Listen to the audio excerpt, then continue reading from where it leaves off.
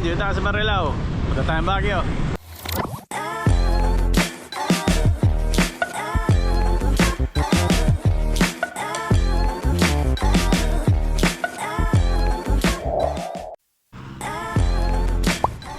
Welcome back sa video na to. Samahan nyo kami, subukan namin i-one-shot ang Baguio. Magdamag ang pagjakan at napakahabang patag. Wala nang paligoy-ligoy pa, tara na, let's go! Ride out na kami. Abutin ng 230 plus kilometers mula Valenzuela hanggang Baguio. Unang yung doon namin sa Palit. Medyo may kainitan. Hindi pala medyo.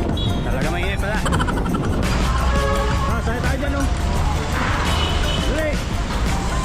Nagkita-kita kami sa SM Marilao. Tapos babay-bayin lang namin to MacArthur Highway hanggang makarating kami sa Rosario, La Union. Ang init! Natin gawin. Liliko tayo dito. Ay, hello.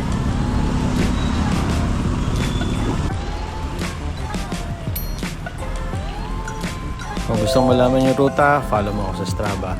Follow mo na rin yung Facebook page natin. Pangin na kami. Traffic din. Eh, ako dito, masyadong malikabok. Bumi mo na kaagad. Dito na kami San Simon. Pahinga lang kami dyan sa 7-Eleven. Hindi na kami minto ng Palit kasi napaka-traffic. Ang dami nangangampanya para sa barangay election. Tapos na nagpahinga, tayo daw ulit. Sa mga ganitong lakad, kailangan ensayado ka, kondisyon yung katawan mo, pati na rin yung bisikleta mo. Mahirap masiraan, lalo na napakalayo ng pupuntahan nyo. At nakakahiya rin sa mga kasama mo, lalo na maantala yung ride dahil lang sa'yo. Sarap! Malikabok nga lang. Dapat na 200 na lang. Oo, 200 plus na. 200 plus na lang daw. Dito na kami sa San Fernando. Magpapapicture dito sa Tango. First time na yan dito. Kumaliwa ka doon, papasok ng bayan ng San Fernando.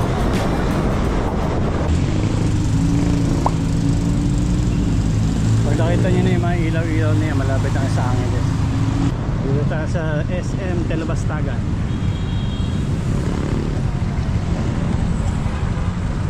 Malapit na tayo sa Angeles. Dito naman sa Arco ng Angeles. Picture lang si Tango ulit.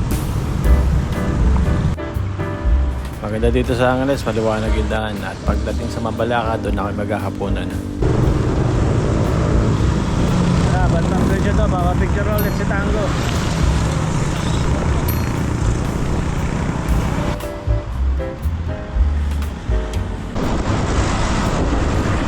Dito na kami sa Kapas. Liwanag dito. Medyo malakas yung headwind dito, ah. Dito na kami sa Tarlac City. Ang haba ng Kapas. Tapos na kami magpahinga dito. Perya pa dito.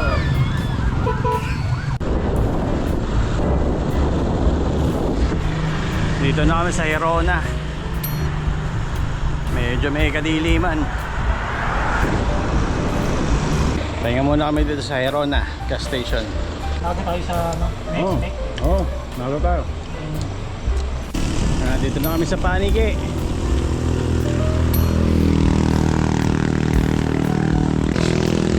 Paniki. Paniki na kami. Kaso mukhang umulan dito, ah. Masahe labag. Dirin dito. Ilaw lang namin nagpapaliwanag. Kami sa Moncada. Konti na lang, Pangasinan na.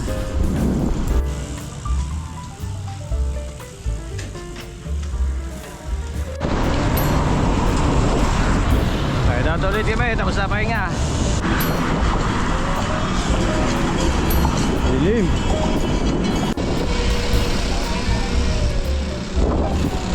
Baguio City.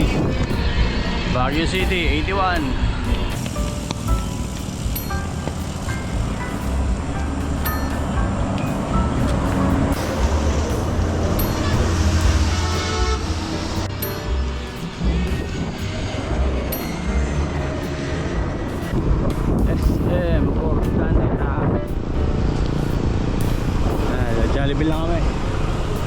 Tapos kami magpahinga doon sa Jollibee sa Ordaneta. Ito, dire-diretso na to. Hanggang Rosario na to, La Union. Ang haba ng patag! Woo! Approaching na kami ng cargo ng La Union. Woo! Arsa 4:30. Dito kami magpapahinga muna. Touchdown. Maduga itong dalawa, tinulugan ako.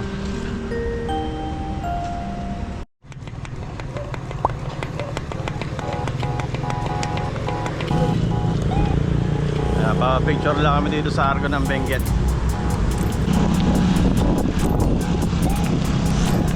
Ganda, buka na pa lang yan.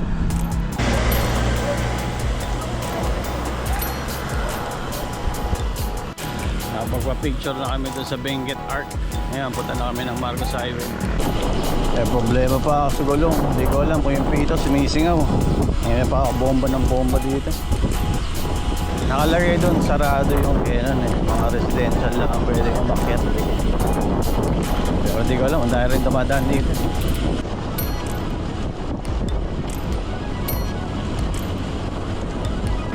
Ganda dito. Nagpalit na ako ng damit. Medyo na-preskohan na ako. Sarap, lamig. Ito, first time ko na talaga aahon ng Baguio. Yung unang punta namin dito, nag-jeep kami sa Quezon tinamad na kaming umikot dito sa Marcos na. Meron pa kaming 40 kilometers na aunin. Ayan. Daming alambas, kakatakot. Ahon lusong, ahon lusong.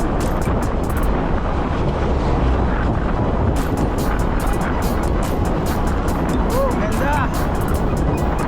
Ang ganda.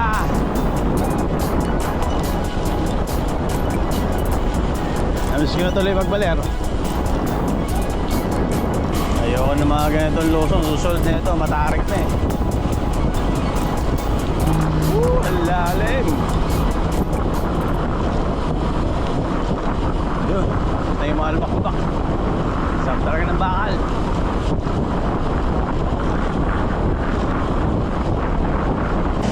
Sarap gamitin ng gulong ko. Pana Racer Gravel King. Salamat nga pala sa misis kong mukhang Blackpink na pinayagan ako bumili ng gulong. Baguio kanan.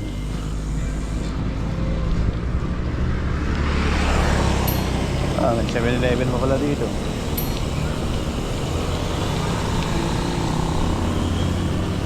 Siguro dito na mag-i-start to talagang ahon. Kaya na sa Pangasinan, naantok na ako.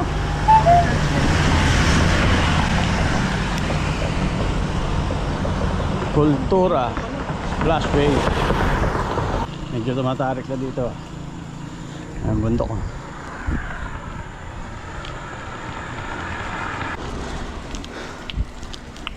Init. 8 pa lang.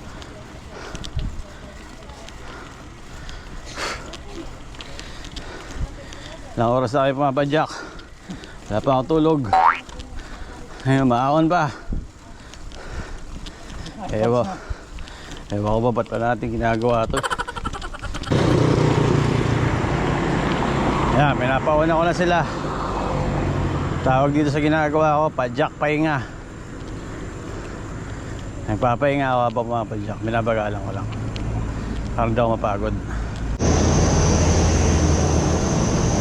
Kapag mga ganitong ahon, mini-maintain ko lang yung heart rate ko ng 140 o kaya 150, 70 and 80%. Hanggang doon lang. Pag umaabot na ng 90%, minabagalan ko na. Papahinga na ako na. Pero huwag kang basta-basta hihinto kasi mas lalong bibilis yung tibok ng puso mo. Tagal ko lang maaw ng 6% Ilang kilometro na kaya to? 30 muna kami. Hindi na kami. Hindi na natapos yung ahon eh. Walang katapusan. Walang recovery. Game na ulit. Tapos na pahinga.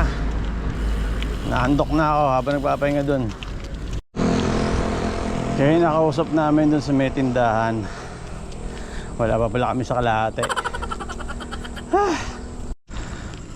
Haba na ahon dito. Hindi na ako lalayo. Doon na lang ako sa taktak palagi. Ayan, dito na kami sa Rotary. Yung malaki.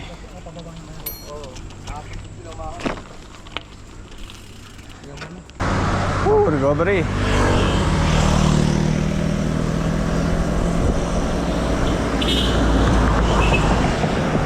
Hirap dito.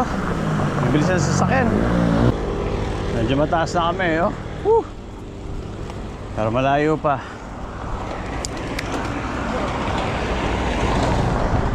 Kaso ang init. At pagdating dito, tuloy ang bumigay yung bike ni Tango. Deads, tanggal ang rayos ni Tango. Nakipag-usap sila, sasakay na lang kami ng jeep. Sira yung bike ni Tango. Sa mga ganitong kalayong biyahe, kailangan unahin muna natin yung safety natin. Example ng bike na Tango, natanggal yung rayos, ang lakas ng wiggle, pati yung rear rack niya nasira din. Baka kung ipilit pa namin, ano pa mangyayari sa kanya. So yun na nga, nag-jeep na kami, pero narigil lang namin yung buong jeep para makapunta kami sa Lionshead. Tapos hatid na rin kami sa terminal. So yun, ang lesson natin ngayong araw, dapat bago bumayahe, check muna ang gagamitin na bike. Kung nagustuhan mo tong video na to, pa-like naman at consider mo na rin mag-subscribe. O paano, hanggang sa muli, maraming salamat.